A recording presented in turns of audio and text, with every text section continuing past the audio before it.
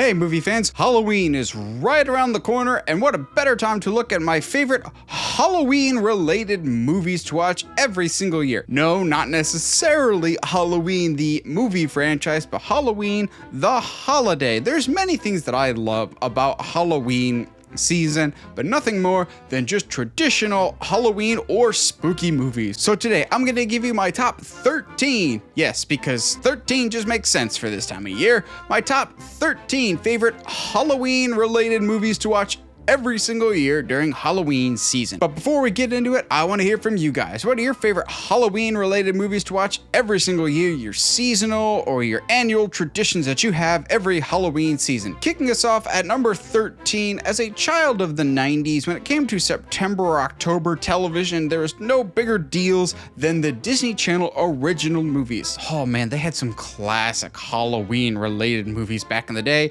And of course, number one of all of those has to be the original Halloween Town. I still to this day enjoy Halloween Town. I rewatched it not too long ago, as I watch it every couple of years. It's Halloween in a nutshell. Still to this day, I am blown away by the costuming of that movie. You could have easily just not put a ton of budget into it because it's a made-for-TV movie, but you had great costumes, great overall atmosphere. It is a perfect introductory anything into the world of spoopy and Halloween. I just love it. I have so much nostalgia attached to it. Halloween Town is easily the best Halloween related Disney Channel original movie, which, yeah, again, if you grew up in the 90s and 2000s, those were everything in October. At number 12, the other movie that was like the defining Halloween related movie of my childhood and kind of left me emotionally scarred and made me kind of test the waters for the horror genre, was Scooby-Doo on Zombie Island.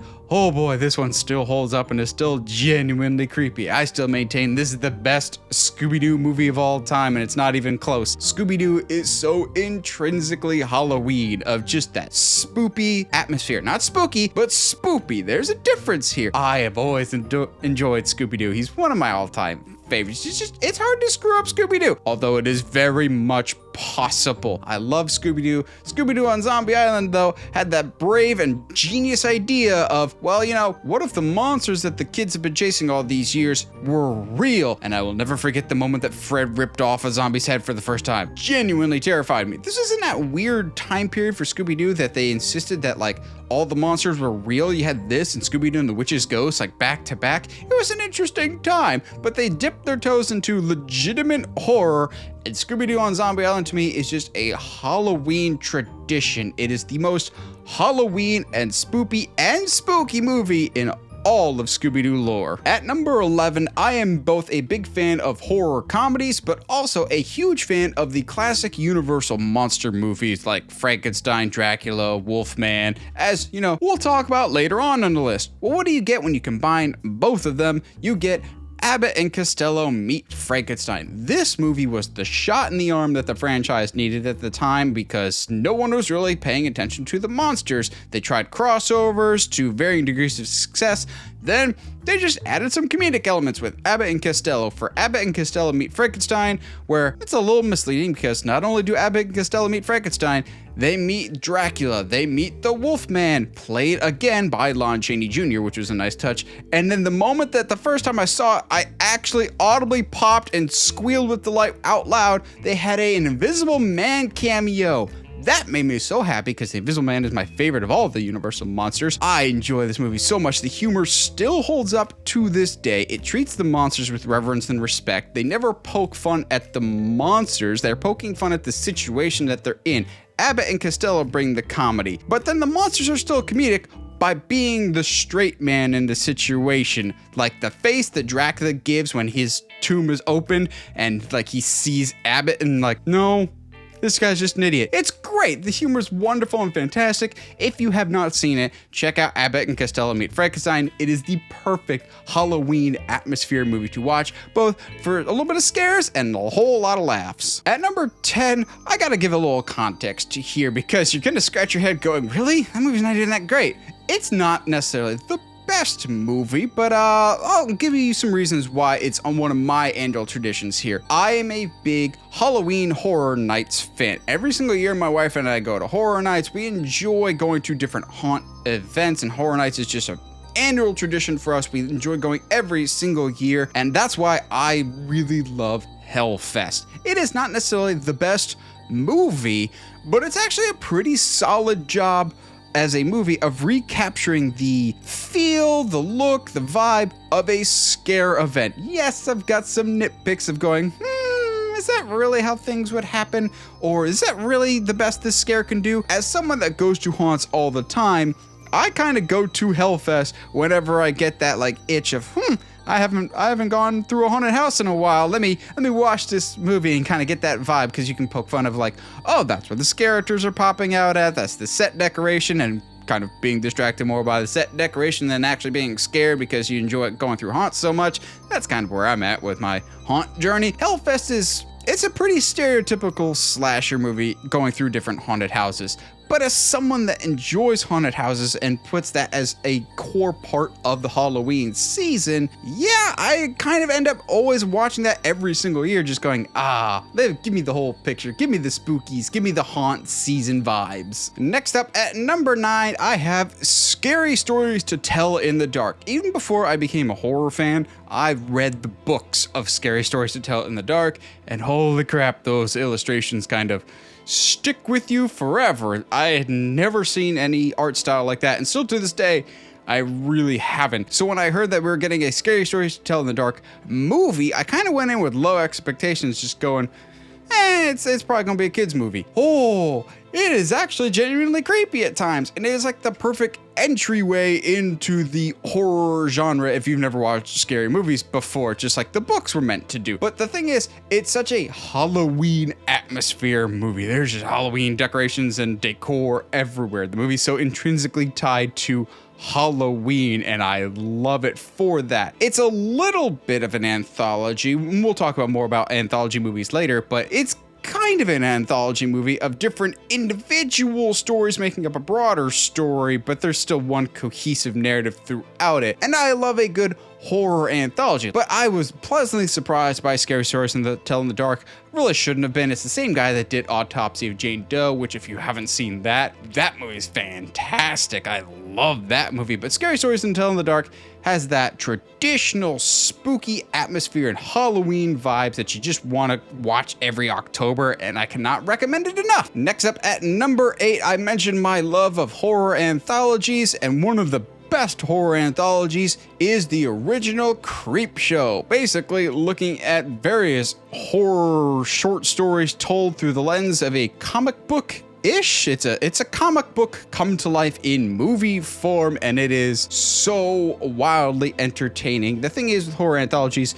they can be a bit hit or miss. Some are better than others, but I don't think there's a single miss in this original Creepshow. You get so many iconic names in the horror landscape all coming together to make one big epic spectacle of a horror movie. Oh yeah, it's fantastic. It's that traditional let's tell spooky stories around a campfire feel. Nothing more Halloween than that.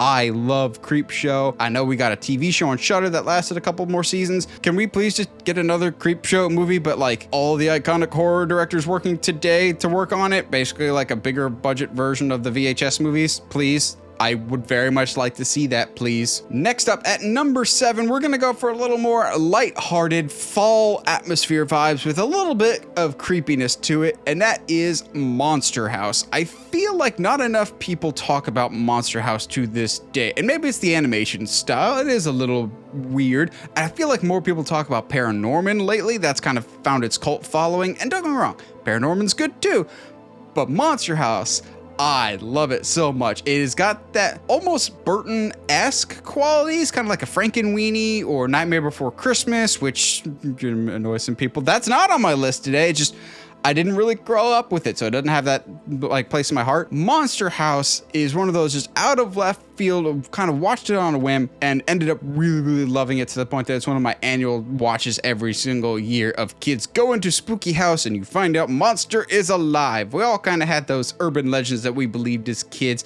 In this case, the legend is real. The monster is the house and it is alive, but there's more to it than just that. It's that traditional fall / Halloween atmosphere and vibe. It's just fun with more than its fair share of scares for a PG kids movie. It's just an enjoyable time all around. So for our number 6, I talked earlier about my love of haunts and haunt events with Hellfest. So let's talk about another Hell named movie with Hell House LLC, which is basically about a group of friends that make a haunt out of an abandoned hotel and make it Hell House LLC. I am a big fan of this entire trilogy, but the first movie in particular is so good. If you have not seen it, it is drastically underrated. It is a found footage haunt / haunted house type movie with some extremely effective scares. It has some of my favorite scares that I've ever seen in a haunted movie or just a horror movie in general. It has that Halloween atmosphere because they're building a haunt.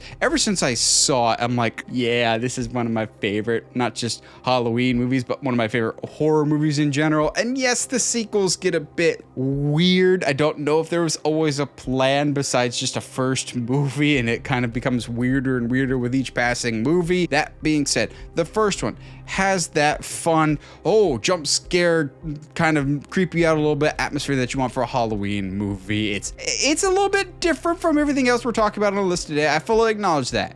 But I don't get to talk about Hell House LLC enough, and it is just one of my absolute favorites. It's an annual tradition for me, and after I watched the first one, I'm like, well, now I gotta finish the trilogy just because I'm that invested. So if you haven't, check out Hell House LLC this Halloween season. Getting into the top 5 now, at number 5, we have The Monster Squad. I talked about The Monster Squad a little bit in my last video about horror crossovers and why I would love to see it with the Scooby-Doo gang, but basically, The Monster Squad is like if the Goonies were really into classic movie monsters. And that is just all the premise I need right there because yes, 1,000 times yes. Before there was the Stranger Things kids, there was the Monster Squad. So basically the monsters that they know and love come to life and are rampaging this town. You've got Dracula, Frankenstein, the Mummy, the Creature, but all kind of legally distinct Spirit Halloween versions of the classic monsters, because this was not a Universal movie, and it kind of shows of like, how close can we get to the copyright before we're infringing? But the characters are so likable and charming. They are rough around the edges kids. They're not the clean-cut good guy kids. They are foul-mouthed attitude kids. So if you're a big like Goonies or Stranger Things fan and you haven't seen Monster Squad, because I feel like not a lot of people talk about it these days, Monster Squad is absolutely right up your alley and should be required viewing every Halloween season. At number 4, we have one of my all-time favorite Tim Burton movies of all time, Sleepy Hollow. Oh man, this movie could make this list just for sheer vibes alone. Like, I don't even need to pay attention to the story. It's just, oh my gosh, a spoopy New England village with constant fog rolling in. Yes, please, can I live there? But then you actually add into the fact the great story here of it's basically a murder mystery. I am there in a heartbeat as soon as you say mystery. Spooky murder mystery in a New England village with a headless horseman with gothic influence that kind of seems like Burton's loving homage to the Universal monsters. Oh, yes, please. I will take 1,000 of them. And it is so fun. It is one of my favorite Johnny Depp performances this side of Ed Wood, which is probably still my all-time favorite of his. But I love Johnny Depp in this. I love the production design, the costume design. I just love Sleepy Hollow so much. Danny Elfman's score knocks it out of the park. It is so specifically that fall Halloween aesthetic. Yes, please. 1,000 times yes. Oh, I just love Sleepy Hollow so much. At number 3, we revisit another anthology that kind of loops into a larger narrative with Trick or Treat. This is probably the most Halloween related movie on the list today, just because everything revolves around different events of Halloween. You got the trick-or-treaters, you've got the Halloween parades, you've got people picking out costumes, you've got the urban legends of don't mess with this thing or else you face very bad consequences, like don't blow out your pumpkin or destroy your pumpkin before Halloween, always check your candy, that type of stuff. Plus, it gives us one of those iconic characters that you can add to the great horror pantheon or Halloween pantheon with Sam. I enjoy Sam so much, and he's one of those characters that I don't even view him as the villain. Yeah, he kind of disposes of some people, but just follow the rules of Halloween and you're fine. He's not necessarily a bad thing. I might be justifying a very bad character, but I enjoy Sam. Whatever Sam is, it is very enjoyable. I love the design. It's immediately iconic. But Trick or Treat is another one of those it's technically an anthology, but everything weaves into each other. This story crosses over with this story crosses over with this story to a certain extent. And all the individual stories that they tell, I really, really like. And then I really like how they all come together for one big story. It's a spooky night. What goings on and hijinks are going to happen on this oh so scary Halloween night, and it's just, I love Trick or Treat so much. And it's just, you can put it on in the background and it's just a perfect Halloween atmosphere movie. At number 2, we had to talk about them eventually, the Universal Monsters. We talked about them earlier with Abbott and Costello Meet Frankenstein, but at least one of the traditional original movies has to be on here at some point. Yes, Invisible Man is my favorite movie of the bunch, and he's my favorite character of the bunch, but if we're talking sheer quality, The Bride of Frankenstein is easily the best of all of the Universal Monster movies. I adore Frankenstein. It's great. It's probably my third favorite behind this, Invisible Man, and then you can put Frankenstein. This is one of the greatest sequels of all time. It takes what works with Frankenstein and just expounds upon it. It makes Frankenstein a ridiculously more sympathetic character. He gets so much more time to shine in this compared to the original Frankenstein. That's more about the scientist. This one's more about the creature and the outcast nature that he feels. It is so ahead of its time. It's just the cinematography, the lighting. It is so traditional, spooky gothic atmosphere. It is the peak of storytelling for the classic Universal Monster movies. I love it so much. I just love that old school style, that creepy castles, constant fog rolling in, as we talked about for Sleepy Hollow. Gothic, old world feel to everything. Beakers, science laboratories, ungodly creations, and sympathetic monster type characters.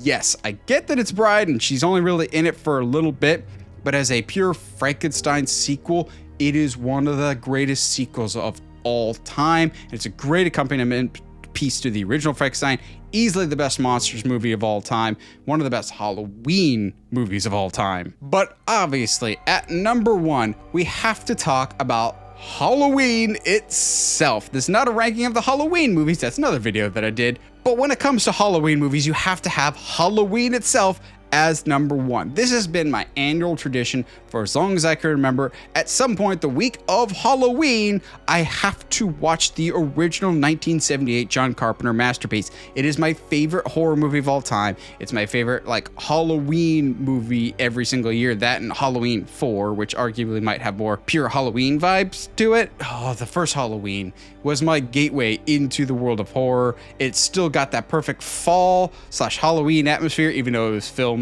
not in fall and not in a place where leaves fall. If you know the Halloween production, you know all those leaves that Laurie walks past are fake. That's a whole other story for another day. But Halloween as a movie is so perfect. Halloween is to horror movies in the Halloween season what Jaws is to blockbusters. It is just, it's the name, basically. If someone says a Halloween movie, you just gotta go with what worked, which is the original. You don't mess with the originals. Or in this case, you make 12 more movies of varying degrees of success and people still watch them anyway. It's an annual tradition at this point. I have to watch it every single year, sometimes even when it's not Halloween season, just because I love it so much. But what do you guys think? What are your favorite Halloween movies to watch every single year? I'm curious to hear your list. Whatever it is, put it down in the comments below as I can from you guys. And as always, if you like what you see and want to see more, subscribe to the channel. And as always, stay sharp, movie guys and gals.